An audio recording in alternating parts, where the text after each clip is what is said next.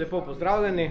Danes smo pri Sveti Trojici gostili delegacijo Državnega sveta Republike Slovenije na čelu z predsednikom Državnega sveta, gospodom Brevarjem, in seveda državnima svetnikoma, gospodom Šumenjakom in gospodom Fajtom.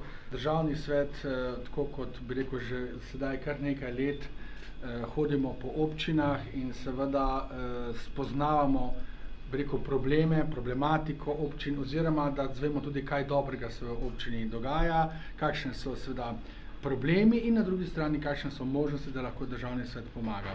Mi imamo jasno vizijo razvoja naše občine, torej gradimo na teh ključnih prednostih in naravnih danostih, ki jih imamo, in to je pa seveda naša bogata kulturna, arhitekturna dediščina in pa seveda tudi naravna dediščina, in seveda tukaj seveda želimo razvijati te naše potenciale, zlasti na področju turizma. Pogovor je tekel seveda o problematiki delovanja občin, zlasti financiranju občin. Na nivoju naše občine izgubljamo pri tej glavarini pravzaprav v primerjavi z leti 2012-2011, ko so bila najboljša leta, približno 200 000 evrov.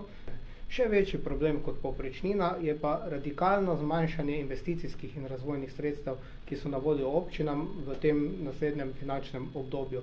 Veliko smo se pogovarjali o lokalni samoupravi, veliko smo se pogovarjali o možnosti ustanavljanja pokrajin, veliko smo se pogovarjali o problematiki povprečnin oziroma glavarin, ki seveda za občine nekako niso sprejemljive. Veliko smo se pogovarjali tudi o dobrem sodelovanju med frančiškani in pa med občino. Šli smo si pogledati to vašo znamenito in čudovito klet. In pa predvsem, kar se mi zdi tudi, to je župan izpostavil problematiko zapiranja raznih uradov, pošt. Moram reči, da imamo zelo podobne poglede in da podpiram prizadevanja Državnega sveta, da na tem področju naredimo korak naprej. V Državnem svetu imamo to možnost ali moč ali priložnost, da postavimo določena vprašanja, na katere recimo občine ali določeni drugi predstavniki lokalnih skupnosti ne dobijo odgovorov od ministrstev, od raznih agencij. To seveda na osnovi Državnega sveta vedno dobimo in seveda tudi pripomoremo.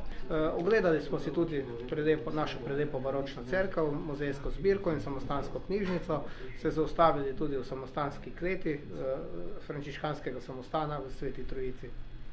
Je sigurno pridobitev ta samostan in pa obnovljena ta klet za kraj, za turizem v kraju in pa za dogajanje v kraju. Seveda se kraj prepozna po urejenosti, je pa težava to, kar smo ugotovili, da je občinam naloženo vedno več nalog, ne suportira se pa to z finančnimi sredstvi, ki bi občinam potem zagotavljale to izvajanje.